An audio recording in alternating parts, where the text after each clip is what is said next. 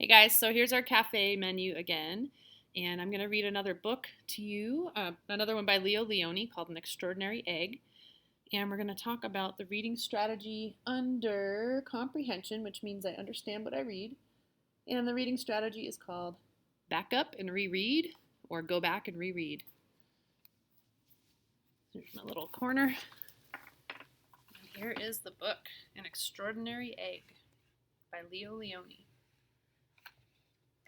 Oh, and I meant to show you guys this on the last book. So on the back of the book are little descriptions about the story. It says, a little frog discovers an extraordinary egg on Pebble Island.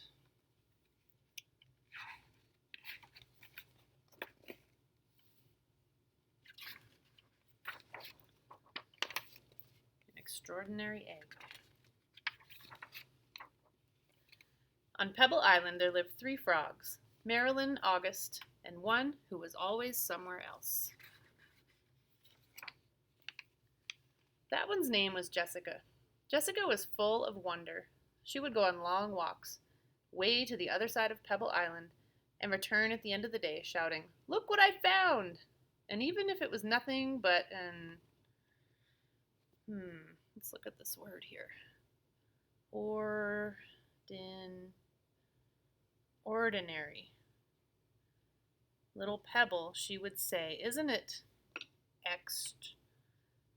extraordinary?" But Marilyn and August were never impressed. I'm going to go back and reread that because there were a couple of words that I had to stop at to figure out, and I was actually using another strategy called chunking with those words. So I'm going to go back because I want to make sure I understand what I'm reading. If I have to stop to figure out words, and it takes me a couple seconds or even a minute, I need to go back and read it again to make sure I understand what I'm reading. Jessica was full of wonder. She would go on long walks, way to the other side of Pebble Island, and return at the end of the day shouting, "Look what I found!" And even if it was nothing but an ordinary little pebble, she would say, "Isn't it extraordinary?" But Marilyn and August were never impressed. One day, in a mound of stones, she found one that stood out from all the others. It was perfect, white like the snow and round like the full moon on a midsummer night. Even though it was almost as big as she was, Jessica decided to bring it home. I wonder what Marilyn and August will say when they see this, she thought as she rolled the beautiful stone to the small, I've never seen this word before, to the small, I can chunk it, inlet, where the 3 of them lived. I'm going to go back and reread. I wonder what Marilyn and August will say when they see this, she thought as she rolled the beautiful stone to the small inlet where the 3 of them lived. "Look what I found!" she shouted triumphantly, a huge pebble. This time, Marilyn and August were truly astonished. "That is not a pebble," said Marilyn, who knew everything about everything. "It is an egg, a chicken egg." "A chicken egg? How do you know it's a chicken egg?" asked Jessica, who had never even heard of chickens. Marilyn smiled. "There are some things you just know." A few days later, the frogs heard a strange noise coming from the egg. They watched in amazement as the egg cracked, and out crawled a long, scaly creature that walked on 4 legs. "See," exclaimed Marilyn. "I was right. It is a chicken." "A chicken!" they all shouted.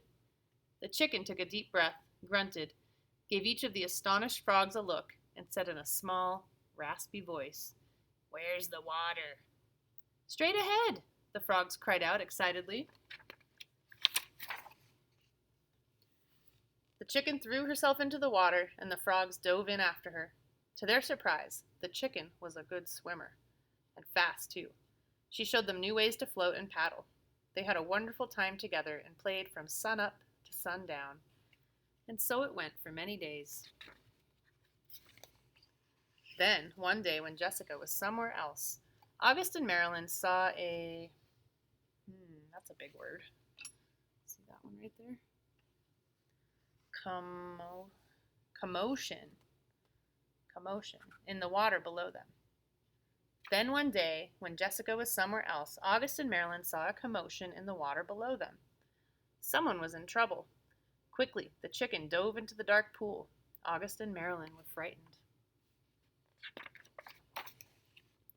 After a few long moments, the chicken reappeared, carrying Jessica. "I'm all right," she called. "I got tangled in the weeds, but the chicken saved me."